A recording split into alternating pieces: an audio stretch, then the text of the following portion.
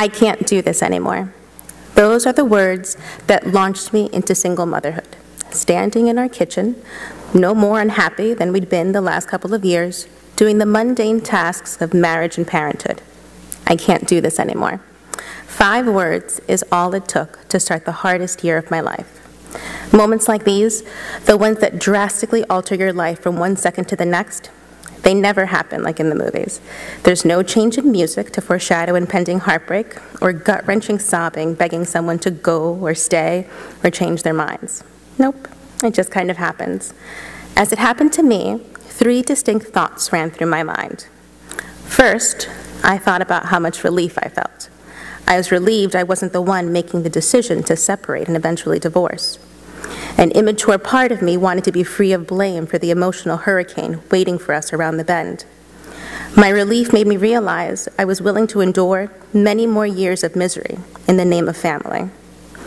My relief put me face to face with how lonely, sad, and unhappy I truly was, and how little I was willing to stand up for myself.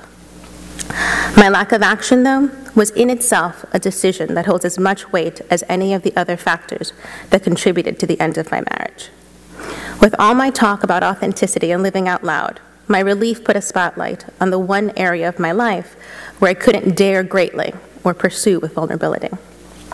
As quickly as thoughts of relief came to mind, my thoughts went in the opposite direction of deep and introspective to the frivolous and silly thought of Disney World. I thought, I've got to be the one to take them to Disney first. Mature and logical, right? Despite my separation being as amicable can be when lives are torn apart and hearts are broken, fear still rears its ugly head.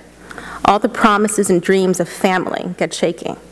What dreams seemed once owned by us feels left in limbo. And I know no one truly owns these dreams. We both harbor them with the same affection as before, but shaky ground is ideal terrain for fear. And Disney, well, it's a big, silly dream, and that quick passing thought is a reminder that separation and divorce make rational human beings think of the most foolish things. Case in point, my next thought was of Julia Roberts. I thought, this is my eat, pray, love moment. I get to start over, find myself a James Franco to distract myself, travel to Italy and India and Bali, and best of all, I get to find my own Javier Bardem. I envision Julia with her iconic toothy grin, globe-trotting, learning languages, meditating, finding herself. Quickly, I come back to reality. I'm a mom with 2 kids, 2 great kids.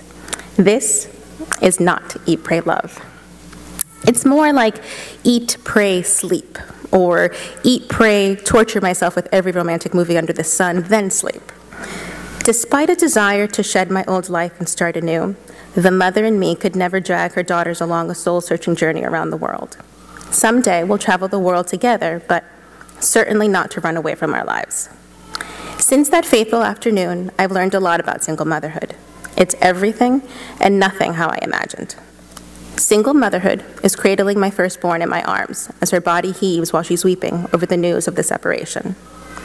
Single motherhood is getting flooded with messages from friends offering their support and love and their own stories of love and loss.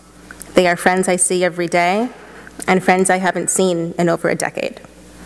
Single motherhood is crying at a stoplight when Pink comes on the radio crooning, "We're not broken, just bent, and we can learn to love again." I held on to those lyrics for a long time before things officially fell apart. Single motherhood is crying when John Legend comes on the radio, serenading me with, "'Cause all of me loves all of you. Love your curves and all your edges, all your perfect imperfections." And I cry because I realize, despite all the heartbreak, I'm still a woman who believes in and hopes for love. Single motherhood is talking on my cell phone, again, that's talking, not texting, more than I have in the last 3 years, laughing and crying on the phone with friends in some of the hardest and best conversations of my life. Single motherhood is almost peeing my pants, listening to my best friend trying to make me feel better about my chances for finding a man with heavy warnings about the perils of online dating. She insists I stay far, far away from Match.com unless I'm looking for a serial killer. Single motherhood is coming face to face with how I drown my sorrow. For some, it might be a glass of wine or 2 or a bottle. For me, it's daily stops at the drive-thru for an apple pie and a Coke, followed by an evening on the couch watching Sex and the City. Single motherhood is kicking myself in the pants to get off the couch and get shit done. Because even though I want to disappear sometimes, I've got 2 pairs of wonder-filled eyes watching my every move. So I put a smile on and go through the motions. And one day, they are no longer just motions, but living.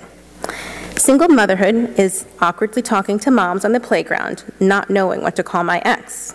Technically, he's still my husband, but just calling him my ex sounds like I'm talking about a boyfriend. I'm trying to be honest, for everyone's sake, but mainly my own. So the answer is their father. Single motherhood is learning to recognize tantrums that are tantrums, and tantrums that are pieces of their broken hearts. Maybe she's pissed about sharing. Maybe she's working through the weight of her whole world changing in less than a month. Single motherhood is falling in love with my friends again, for listening when I need to let it all out, and for telling me the hard truth when I need it. Single motherhood is knowing sometimes I won't be able to talk to my family and certain friends. They love me deeply, but my natural inclination to gently chart this new path is too much a stranger to the anger they're feeling. Single motherhood is seeing that single motherhood is just as much about my own womanhood as it is about being a mother. Single motherhood is nothing like what I imagined. As a naive kid, I welcomed single motherhood, even sent it an invitation. I said if I wasn't married by 30, my definition of old at the time, I'd simply have a baby with a friend and be the single mom version of Carrie Bradshaw. Yeah, like Eat, Pray, Love, I was way off. These are different lessons than I anticipated. Some harder than others, some way funnier than others. All of them exactly what I need to close one chapter and begin another. I won't be following in Elizabeth Gilbert's footsteps, but I'll take a word of wisdom from her. This is a good sign, having a broken heart. It means we have tried for something. Life is a grand story, and every moment, good and bad, is a page that's moving things along. This page is Eat, Pray, Sleep. Tomorrow, perhaps, Eat, Pray, Love. All that matters is that I keep on trying, broken heart after broken heart. It's about always trying for something, or else we're not really living.